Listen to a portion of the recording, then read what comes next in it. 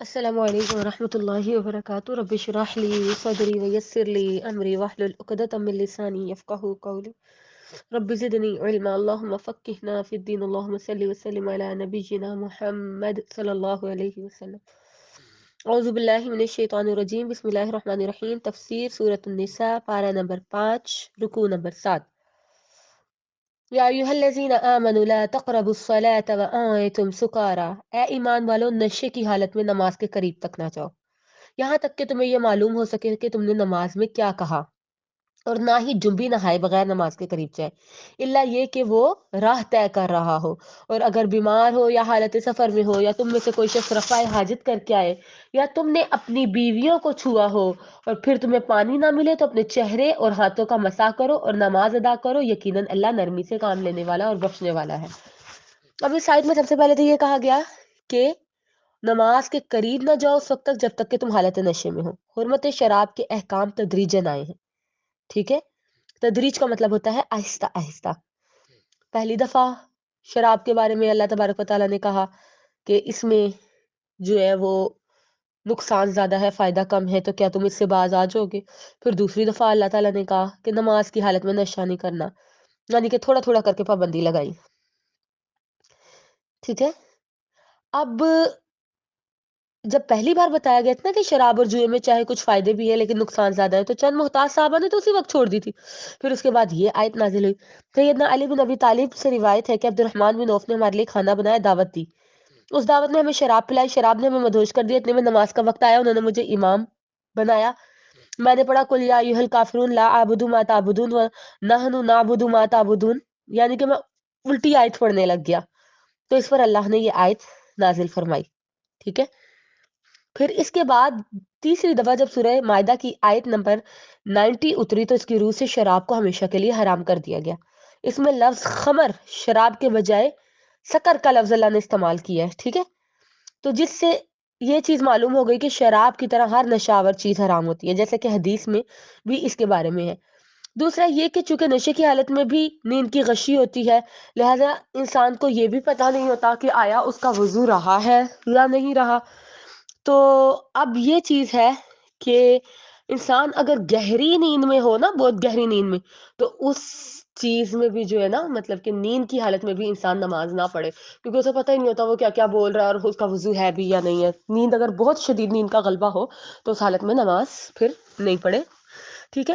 اس کے بعد آگے اللہ تبارک و تعالیٰ نے کہا، طہارت کے کچھ احکام بیان کیے کہ اگر تمہیں پانی نہ ملے تو تم تیمم کر لو، غسل جنابت۔ نماز کے لیے طہارت فرض ہے نا، عام حالت میں تو وضو کرنے سے طہارت حاصل ہو جاتی ہے، لیکن جنبی آدمی کے لیے پہلے غسل کرنا فرض ہے، خواہ یہ جنابت اسے احتلام کی وجہ سے ہو یا میاں بیوی کے آپس کے ریلیشن کی وجہ سے۔ تو اس آیت میں بتایا جا رہا ہے کہ اگر کسی کو وضو کے لیے یا کسی جنبی کو غسل کے لیے پانی نہ میسر آئے، یا کوئی ایسا بیمار ہو جسے پانی کے استعمال سے نقصان پہنچ سکتا ہے، تو اس صورت میں وہ تیمم کر لے، ٹھیک ہے۔ اس آیت کا شان نزول کیا ہے؟ سیدہ عائشہ فرماتی ہیں ایک دفعہ میں غزوہ بنی مستلق میں اپنی بہن اسما کا ہار ادھار لے کر گئی، ہار کہیں گر گیا، آپ نے کئی آدمیوں کو ہار ڈھونڈنے کے لیے بھیجا، نماز کا وقت آ گیا، وہاں پانی نہیں تھا اور لوگوں نے وضو نہیں کیا ہوا تھا، اس وقت اللہ نے تیمم کی یہ آیت نازل فرمائی کہ پانی نہ ملے تو تیمم کر لو۔ سیدنا عمران فرماتے ہیں کسی سفر میں آپ نے ایک جگہ پڑاؤ کیا، یہ دوسرا شان نزول ہے، وضو کے لیے پانی منگوایا، آپ صلی اللہ علیہ وسلم نے وضو کیا اور نماز کے لیے اذان کی، پھر آپ نے لوگوں کو نماز پڑھائی، جب آپ نے نماز سے سلام پھیرا تو ایک شخص کو علیحدہ بیٹھے دیکھا، آپ نے پوچھا اے فلاں تجھے کس چیز نے اللہ کے لیے نماز ادا کرنے اور لوگوں کے ساتھ نماز ادا کرنے سے روکے رکھا؟ وہ کہنے لگا میں جنبی ہو گیا ہوں اور پانی موجود نہیں۔ آپ نے اسے فرمایا تم مٹی سے تیمم کر لیتے، وہ تمہیں کافی ہو جاتا، اور ایک روایت میں ہے پھر آپ نے اسے مٹی سے تیمم کرنے کا حکم دیا۔ اب تیمم کا طریقہ کیا ہے؟ سیدنا عمار بن یاسر فرماتے ہیں آپ صلی اللہ علیہ وسلم نے مجھے کسی مہم پہ بھیجا، اس دوران میں جنبی ہو گیا، مجھے پانی نہ ملا تو میں نے مٹی میں اس طرح لوٹی لگائی جس طرح چوپایا لوٹ لگاتا ہے، یعنی کہ زمین پہ لیٹ کے ساری مٹی اپنے پورے جسم پہ ملی۔ میں نے آپ سے اس کا ذکر کیا تو آپ نے فرمایا تمہارا اس طرح کرنا نہ کافی تھا، پھر آپ نے اپنی دونوں ہتھیلیوں کو ایک بار مٹی پر مارا۔ تیمم کرنے کا طریقہ دیکھ لیجئے، بسم اللہ پڑھ کے اپنی دونوں ہتھیلیوں کو ایک بار مٹی پر مارنا ہے، انہیں اپنے منہ کے قریب لانا ہے، ان پر پھونک مارنی ہے، پھر بائیں ہاتھ سے دائیں ہاتھ کی پشت اور دائیں ہاتھ سے بائیں ہاتھ کی پشت پہ مسا کرنا ہے، اور پھر ان دونوں ہتھیلیوں کو اپنے چہرے پہ پھیر لینا ہے، جیسے دعا کے بعد چہرے پہ نہیں ہاتھ پھیرا جاتا ہے، ایسے پھیر لینا ہے، بس یہ تیمم ہو گیا، یعنی کہ ہاتھوں اور چہرے کا تیمم ہوتا ہے بس۔ اب غسل کا طریقہ کیا ہے؟ جنابت کے غسل کا طریقہ، غسل جنابت بھی بہت ضروری ہے نا. اب یہ جو فرض غسل ہوتا ہے، چاہے یہ حیض کے بعد ہو، چاہے یہ نفاس کے بعد ہو، میاں بیوی کے ازدواجی تعلق کے بعد ہو، یا احتلام کے بعد ہو.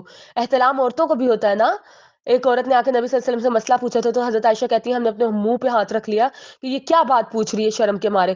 تو آپ صلی اللہ علیہ وسلم نے اس نے کہا، ہم نے کہا اللہ کے نبی عورتوں کو بھی احتلام ہوتا ہے. تو آپ صلی اللہ علیہ وسلم نے کہا کہ پھر بچہ ماں پہ کیوں جاتا ہے؟ تو ماؤں کو بھی احتلام ہو جاتا ہے، عورتوں کو بھی احتلام ہو جاتا ہے. تو طریقہ کیا ہے؟ کسی بھی حالت میں اگر جنبی ہو یا ناپاک ہو، غسل فرض ہو. سیدہ عائشہ فرماتی ہیں جب آپ غسل جنابت کرنا چاہتے تو برتن میں ہاتھ ڈالنے سے پہلے اپنے دونوں ہاتھ دھوتے، پھر نماز کی طرح وضو کرتے. ٹھیک ہے. پھر انگلیاں پانی میں ڈال کر بالوں کی جڑوں کا خلال کرتے، پھر دونوں ہاتھوں میں 3 چلو لے کے اسے اپنے سر پر ڈالتے، پھر سارے جسم پہ پانی بہاتے، نہاتے، اور اینڈ پہ جو ہے اپنے پاؤں دھوتے. تو کیا طریقہ ہے؟ سب سے پہلے آپ نے جو آپ کا پرائیویٹ پارٹ ہے اسے دھونا ہے اچھے طریقے سے. اس کے بعد آپ نے بسم اللہ پڑھ کے ہاتھ دھونے اور وضو کرنا شروع کر دینا ہے. منہ میں پانی ڈالا، ناک میں پانی ڈالا، چہرہ دھویا، دونوں کوہنیاں دھوئی. ٹھیک ہے. اس کے بعد جو ہے سر کا اور کانوں کا مسح کیا. ٹھیک ہے. اور پھر اس کے بعد اچھے طریقے سے سر کے بالوں میں پانی ڈالا اپنے، 3 چلو بھرے، ایک اپنے دائیں سائڈ پہ، ایک بائیں سائڈ پہ، اور ایک درمیان میں. یعنی کہ 3 چلو اپنے اوپر بہائے. اس کے بعد وافر پانی، کھلا پانی اپنے اوپر ڈال کے سارا جسم صاف کیا، نہائے. اور نہانے کے بعد اپنی جگہ سے تھوڑا سا پیچھے ہٹ کے اپنے پاؤں دھوئے. یہ غسل جنابت کا طریقہ ہے. ٹھیک ہے. اور پھر اس کے بعد سعید بن عبد الرحمن کہتے ہیں ایک شخص سیدنا عمر کے پاس آ کر کہنے لگا اگر مجھے جنابت لاحق ہو جائے، پانی نہ ملے تو کیا کروں؟ عمار بن یاسر نے سیدنا عمر سے کہا کہ آپ کو یاد نہیں جب ہم دونوں ایک سفر میں جنبی ہو گئے تھے اور آپ نے نماز نہ پڑھی اور میں مٹی میں لوٹا اور نماز پڑھ لی، پھر میں نے نبی سے یہ واقعہ بیان کیا تو آپ نے کہا تجھے اتنا ہی کافی تھا کہ اپنی ہتھیلیاں زمین پر مار اور انہیں پھونک مار، اور پھر اس کے بعد جو ہے ہاتھوں اور سر کا مسح، منہ کا مسح کر. سیدنا عمر بن عاص ایک ٹھنڈی رات میں جنبی ہو گئے اور تیمم کر لیا اور یہ آیت پڑھی وَلَا تَقْتُلُوا أَنفُسَكُمْ إِنَّ اللَّهَ كَانَ بِكُمْ رَحِيمًا.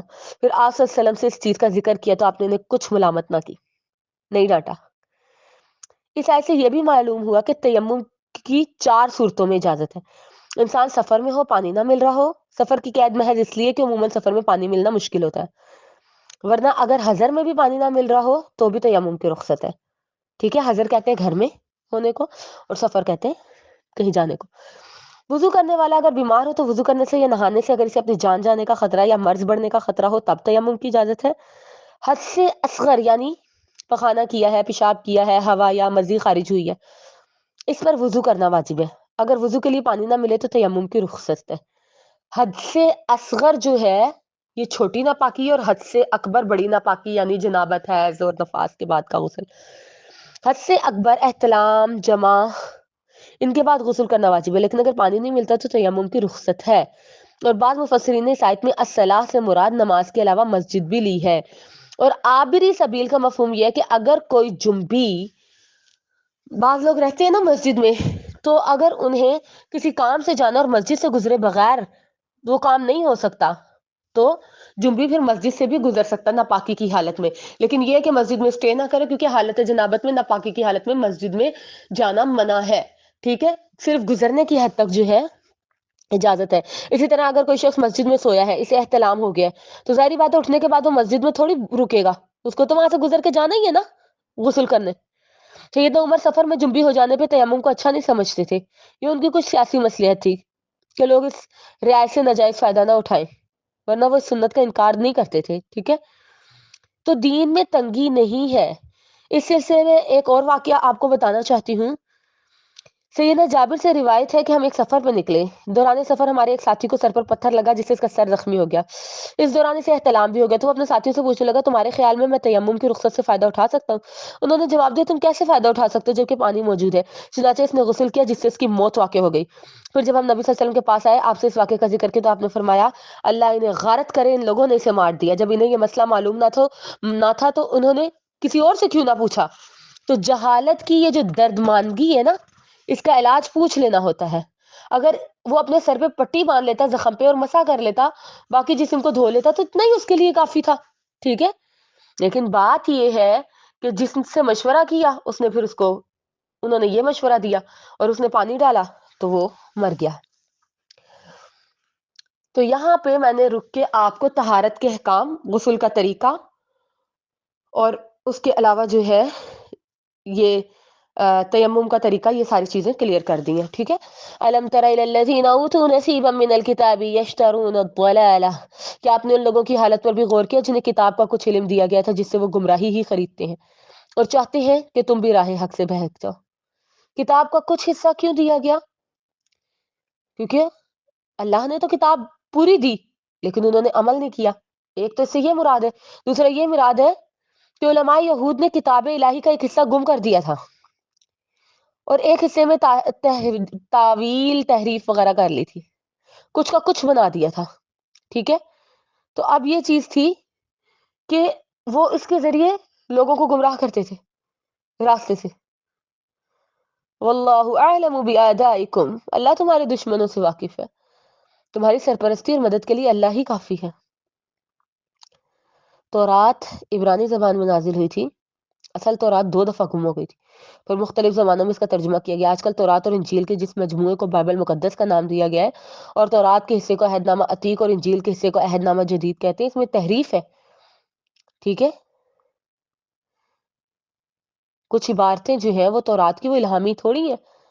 جیسے موسیٰ خداوند کا بندہ خداوند کے حکم کے موافق موآب کی سرزمین میں مر گیا، اس نے موآب کی ایک وادی میں بیت غفور کے مقابل گاڑا، پر آج کے دن تک کوئی اس کی قبر کو نہیں جانتا. اس بارے سے صاف پتہ چلتا ہے یہ کتاب الہی کا حصہ نہیں ہے. سیدنا موسیٰ کی وفات کے مدتوں بعد یہ بائبل میں شامل کیا گیا، جبکہ موسیٰ علیہ السلام کو تورات دی گئی تھی نا، تو پھر ان کی وفات کا تورات میں کیسے ذکر ہے؟ اسی طریقے سے بنی اسرائیل نے کوچ کیا، اپنا خیمہ ایدر کٹیلے کے پار استادہ کیا. یہ عبارت ایدر اس منارے کا نام ہے جو یروشلم کے دروازے پہ تھا، اور یہ دروازہ جو ہے سیدنا موسیٰ کی وفات کے بعد بنا تھا جبکہ تورات حضرت موسیٰ پہ آئی تھی. اسی طرح خداوند نے بنی اسرائیل کی آواز سنی اور کنعانیوں کو گرفتار کرا دیا اور انہوں نے انہیں اور ان کی بستیوں کو حرام کر دیا اور اس مکان کا نام حرما رکھا. یہ عبارت بھی الہامی نہیں ہے اللہ کی طرف سے، کیونکہ یہ واقعہ تو حضرت موسیٰ درکنار سیدنا یوشع کے بھی بعد پیش آیا تھا، کیونکہ موسیٰ تو اپنی زندگی میں کبھی کنعان گئے ہی نہیں تھے، تو وہ اس بستیوں کو کیسے حرام کر سکتے ہیں؟ ٹھیک ہے. تو بعض ایسے جملے ہیں جو تاریخی لحاظ سے غلط ہیں، بعض ایسے جملے ہیں جو مطلب کہ باتوں کے لحاظ سے کہ لگتا ہی نہیں ہے کہ یہ اللہ کا کلام ہے. ٹھیک ہے. تو اب یہ جو ہے کتاب خروج باب 2 کی آیت نمبر 11، ان روزوں میں یوں ہوا کہ جب موسیٰ بڑا ہوا. غور کیجیے یہ اللہ کا کلام ہے. جب فرعون نے یہ سنا تو چاہا کہ موسیٰ کو قتل کر دے، پر موسیٰ فرعون کے حضور بھاگا، جبکہ قرآن کی آیات اس کے مخالف ہے. اللہ کچھ اور بتا رہا ہے. تو یہ انہوں نے خود ہی تحریف کر لی تھی.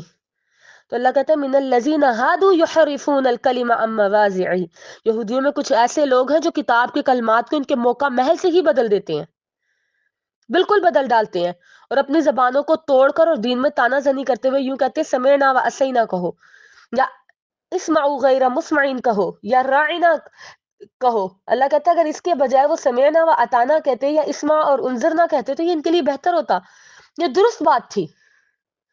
مطلب یہ کہ وہ نبی صلی اللہ علیہ وسلم کو نیچا دکھانا چاہتے تھے، مگر اللہ نے ان کے کفر کی وجہ سے ان پر لعنت کر دی. اب ان میں چند لوگوں کے سوا کوئی مان لانے والا نہیں ہے. یہ یہود کی شرارتیں تھیں. 3 طرح کی حرکتوں کا ذکر ہوا. ایک یہ کہ کوئی حکم سنتے تو آواز بلند سمعنا کہتے اور دل میں ایسا سے کہہ دیتے عصینا. اونچی آواز سے کہتے ہم نے سن لیا، دل میں کہتے اب ہم نے نہیں مانیں گے. یا اطعنا کے لفظ کو ہی موڑ کے وہ اطعنا کے بجائے افعنا کہہ دیتے، سمجھ ہی نہ آتی.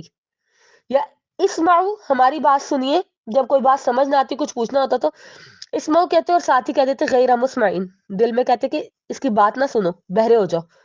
کبھی اسمع کے بجائے رائنا کہتے، رائنا کو تھوڑا سا زبان موڑ کر رعینا کہہ دیتے. رعینا کا مطلب تھا ہماری طرف دیکھیے اور رعینا کا مطلب ہمارے چرواہے، مطلب کہ اس قسم کی یہ حرکتیں کرتے تھے.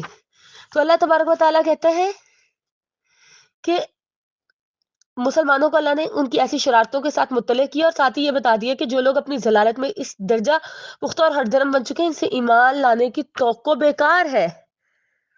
اگر یہ ایمان لے آتے یہ ان کے لیے بہتر ہوتا، لیکن ان پر اللہ کی لعنت کی گئی ہے، یہ نہیں ایمان لائیں گے. فلا یؤمنون الا قلیلا یا ایھا الذین اوتوا الکتاب، اے اہل کتاب جو کچھ ہم نے نازل کیا قرآن اس پر ایمان لے آؤ.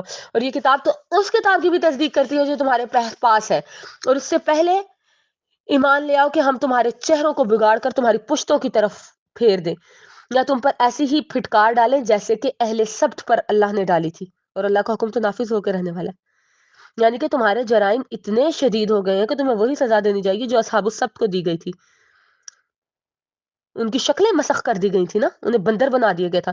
یا تو تمہاری شکلیں مسخ کر دی جائیں یا تمہارے چہرے تمہاری پیٹھوں کی طرف پشتوں کی طرف موڑ دیے جائیں. اس لیے بہتر یہ ہے کہ ایسی کسی ذلت کے مسلط ہونے سے پہلے ہی مان لیا. فَنَرُدَّهَا عَلَىٰ أَدْبَارِهَا کا مفہوم یہی ہے، ٹھیک ہے، کہ جو ترقی ہم نے تمہیں دے رکھی ہے اسے الٹ کر ہم تمہیں ذلت میں دھکیل دیں گے، غلامی اور اسیری کی طرف تمہیں لوٹا دیں گے. ایک مطلب اس کا یہ بھی ہے کہ منہ پیچھے موڑ دیں گے، دوسرا مطلب یہ ہے کہ تمہیں ذلت میں دھکیل دیں گے. یہ ایک پیشن گوئی تھی جو حرف بہ حرف پوری ہوئی. یہ لوگ مدینہ سے جلا وطن کر دیے گئے، اپنے چولہے چکی تک اپنے سروں پہ اٹھائے انہیں وہاں سے نکلنا پڑا. خستہ حالی ذلت رسوائی ان پر مسلط کر دی گئی. اللہ کا حکم ہو کے رہنے والا ہے. ان اللہ لا یغفر ان یشرک، اگر اللہ کے ساتھ کسی کو شریک کیا جائے تو اللہ یہ گناہ کبھی معاف نہ کرے گا. اس کے علاوہ جو گناہ ہے اللہ جسے چاہتا ہے معاف کر دیتا ہے، اور جس نے اللہ کے ساتھ کسی کو شریک بنایا اس نے اللہ پر بہتان باندھا. تو یہاں پہ رک کے تھوڑا سا شرک کے بارے میں بتاؤں گی. شرک کا ذکر یہاں اس لیے آیا کہ یہود و نصارہ دونوں ہی مشرک تھے، اگرچہ توحید کا دعویٰ کرتے تھے. تو اللہ نے یہاں پہ شرک کی بات کی کہ یہ سب سے بڑا گناہ ہے. سیدنا عبداللہ بن مسعود کہتے ہیں میں نے کہا یا رسول اللہ سب سے بڑا گناہ کون سا؟ آپ نے کہا یہ کہ تم اللہ کے ساتھ کسی کو شریک ٹھہراؤ حالانکہ اس نے تمہیں پیدا کیا. سیدنا ابو ہریرہ کہتے ہیں آپ صلی اللہ علیہ وسلم نے فرمایا میں حصے داروں کی نسبت اپنا حصہ لینے سے بے نیاز ہوں. اللہ تعالیٰ فرماتا ہے جس نے ایسا عمل کیا جس میں میرے ساتھ کسی غیر کو شریک کیا تو میں اس عمل اور عمل کرنے والے دونوں کو چھوڑ دیتا ہوں. یعنی کہ جس نے ریاکاری کی، لوگوں کو دکھانے کے لیے کوئی کام کیا، تو میں پھر اس عمل کو بھی چھوڑ دوں گا اور عمل کرنے والے کو بھی چھوڑ دوں گا، کیونکہ میں حصے داروں کی نسبت اپنا حصہ لینے سے بے نیاز ہوں. میں نہیں ایسا حصہ لیتا کسی چیز میں جو میرے لیے نہ. آپ صلی اللہ علیہ وسلم نے فرمایا اللہ تعالیٰ فرماتا ہے جو شخص مجھ سے زمین بھر کے گناہوں کے ساتھ ملے جبکہ اس نے میرے ساتھ کسی کو شریک نہ کیا ہو تو میں اسے اتنی ہی بخشش کے ساتھ ملوں گا. آپ صلی اللہ علیہ وسلم نے فرمایا اللہ سب سے کم عذاب والے دوزخی سے فرمائے گا اگر زمین بھر کی کل چیزیں تیری ملکیت میں ہو تو کیا عذاب سے نجات کے بدلے میں دے دے گا؟ وہ کہے گا ہاں. اللہ فرمائے گا میں نے تو اس سے بہت آسان بات کا تجھ سے سوال کیا تھا. اس وقت جب تو صلب آدم میں تھا تو میں نے تیرے سے کہا تھا کہ شرک نہ کرنا، مگر تو شرک کیے بغیر نہ رہا. تو اس آیت میں دو باتیں ہیں کہ اللہ شرک کو نہیں معاف کرے گا، اور دوسرا شرک کے علاوہ جتنے بھی گناہ ہیں وہ سب قابل معافی ہیں. لہٰذا اہل کتاب اگر اب بھی تم شرک سے باز آ جاؤ، ضد اور ہٹ دھرمی چھوڑ کر اسلام قبول کر لو، اللہ تمہارے سارے گناہ معاف فرما دے گا. تو اللہ تبارک و تعالیٰ کہتے ہیں جس نے شرک کیا اس نے اللہ پہ بہتان باندھا. الم تر الی الذین یزکون انفسہم، کیا آپ نے ان لوگوں کی حالت پر غور کیا جو اپنی پاکیزگی نفس کی شیخی بگاڑتے ہیں؟ حالانکہ پاک تو اللہ جسے چاہتا ہے کرتا ہے، اور ان پر ذرہ برابر بھی اللہ ظلم نہیں کرتا، نہ کیا جائے گا. تو یہاں پہ ان لوگوں سے مراد یہود و نصارہ ہیں کہ جب انہیں ان کی بری کرتوتوں کو چھوڑنے اور ایمان لانے کی دعوت دی جاتی تھی تو وہ بڑا اکڑ کے کہتے تھے نحن ابناء اللہ، ہم اللہ کے بیٹے ہیں، واحباء، اور ہم اس کے چہیتے ہیں. چونکہ ہم پیغمبروں کی اولاد ہیں اس لیے پاکیزہ نفوس کے مالک ہیں. اسی طرح نصارہ نے کفارہ مسیح کا عقیدہ گھڑ لیا تھا. ان کا یہ عقیدہ تھا کہ سب عیسائیوں کے گناہ حضرت عیسیٰ نے اپنی گردن پہ اٹھائے اور سولی چڑھ گئے، اسی لیے ان کی ساری امت پاک ہو گئی ہے. اسی طرح جو ہے وہ مسلمانوں میں بھی کچھ لوگ ایسے ہیں جو کہتے ہیں کہ اللہ نے امت محمدیہ کو بخشنے کا وعدہ کر دیا تو ہم تو بخشے بخشائیں، جبکہ اللہ کہتا ہے پاکیزہ تو صرف وہ ہے جسے اللہ پاک قرار دے، جو اپنے آپ کو گناہوں سے پاک رکھے. یہود و نصارہ کے اس عقیدے کا مسلمانوں میں بھی کسی نہ کسی طریقے سے انتقال ہو چکا ہے.